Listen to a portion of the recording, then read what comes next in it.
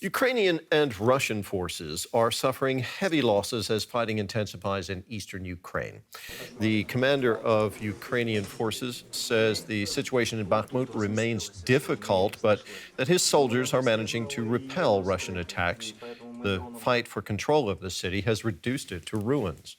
Over the weekend, Ukraine's President Volodymyr Zelenskyy said more than 1,100 Russian soldiers have been killed in the area, but the head of Russia's paramilitary Wagner Group maintains his group is still advancing, even though the situation was, quote, tough, very tough. Well, even as the war rages on, some Ukrainian communities are starting to rebuild. This includes Bucha, the town outside the capital, Kyiv. It hit the headlines after evidence emerged that Russian forces had committed atrocities there, captured in photos of a street strewn with bodies.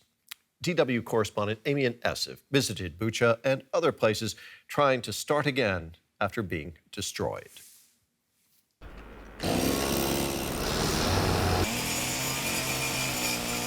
These are welcome sounds on Vokzalna Street in Bucha. Devastated in the first days of the war, the houses here are being restored at remarkable speed. Residents say they're surprised by the progress. I hope it'll be a new start, the start of something good on Vokzalna Street. And after that, Irpin, and then all of Ukraine will be rebuilt and will be better than before the war. The project is sponsored by the foundation of Howard Buffett, son of the American billionaire Warren. For many, it's a symbol of Ukrainian resilience, but it's an exceptional case. Just 15 kilometers down the road, the village of Moshchun lies in ruins, almost exactly as it has since this time last year. This is all that's left of Anna's house, wrecked by Russian artillery. She now lives in a modified container provided by the Rotary Foundation, quite literally among the wreckage of her old home. And she doesn't live alone. Look at this beautiful girl we have here. She shares this one-room dwelling with her daughter and her granddaughter. It's the three of us. Sometimes my son comes, my younger son. He sleeps on the top bunk, and the three of us sleep on the bottom, my daughter, my granddaughter, and me. What can we do? They've been living this way since last summer. Anna applied for help from the state to rebuild her house, but she hasn't heard back yet.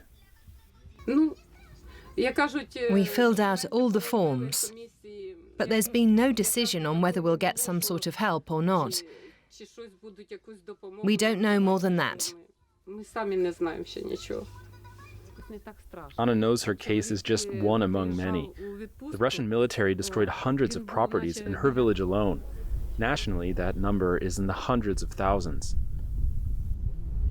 Social policy expert Ivan Verbitsky says the government has done a great job at finding temporary housing for almost everyone who needs it. On the other hand, Ukrainian state lacks this long-term vision, how to house people like in longer-term perspective. First of all, we have some program of rebuilding, of compensation to people who lost their homes. On the other hand, it's not clear yet how it will work and whether it will work. Anna's home will have to be reconstructed from the ground up. Little else but the foundation remains. I want to live long enough to rebuild this house. So I know that if I die, my daughter and granddaughter will have a real house to live in.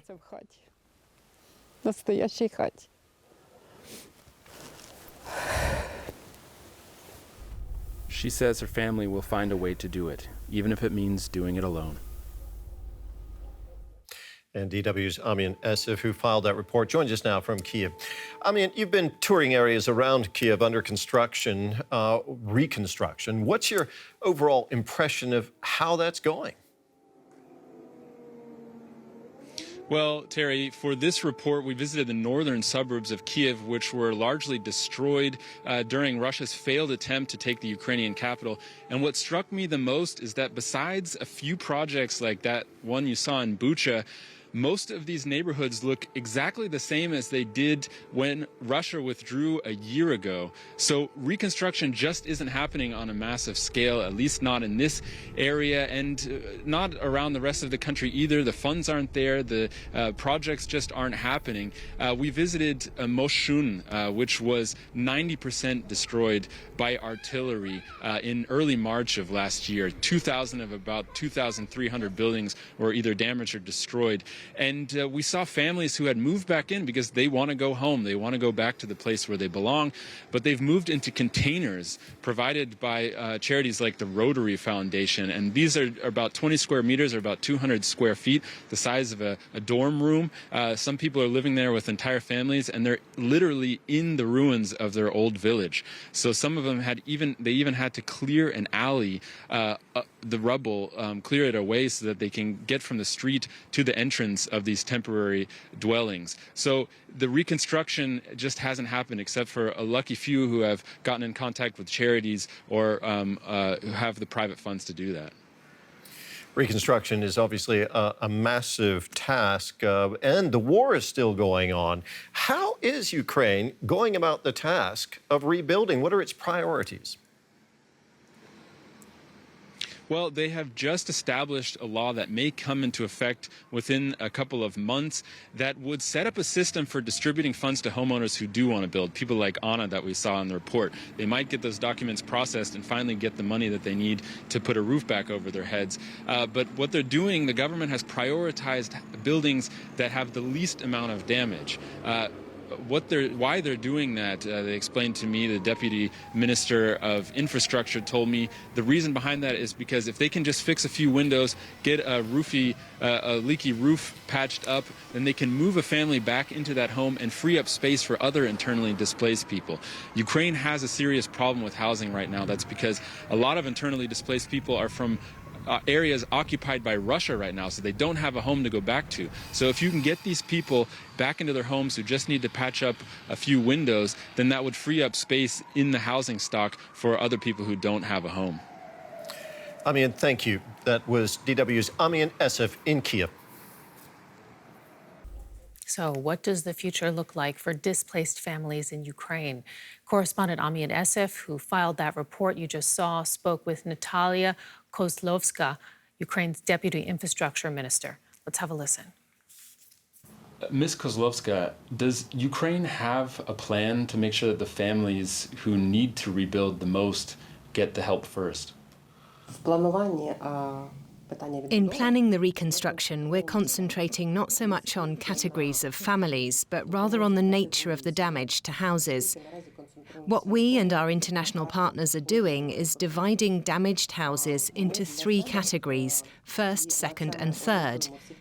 Category 1 is buildings with minor damage. And we, together with our international partners, are currently concentrating on restoring buildings that have minor damage. Why is this happening?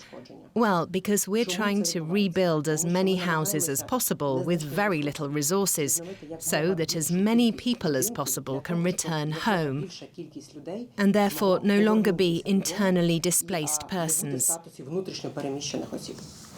Some estimates put the number at $1 trillion to rebuild Ukraine. How much money does Ukraine have right now to rebuild? The amount that Ukraine has is not just insufficient, it is a very small amount. And we understand that. And currently, the World Bank is once again calculating the damages caused by Russia's aggression. We expect the World Bank to complete this work and give us the figures in April. We'll see what the figure is and how it differs from the calculation they made last summer. It's quite clear to everyone that the amount of damage is quite significant. And we are now realizing the need not only for large sums of money for reconstruction, but also for large numbers of workers to carry out this task. And we're working out a system that provides compensation directly to households, so that they can rebuild on their own. Ukraine is still at war. It's still fighting the Russian invasion. Are you worried that Ukraine might be rebuilding too soon and that it will be all in vain? No, that's not how we feel. We know for certain that our armed forces, together with our international partners, will make every effort to ensure that the victory we're hoping for comes as soon as possible. We believe that we've already arrived at the stage where we can focus on buildings that have the most significant damage and develop projects for buildings that have more serious damage. We have to move on to this next stage of rebuilding. Ms. Kozlowska, thanks for taking your time to talk to us today.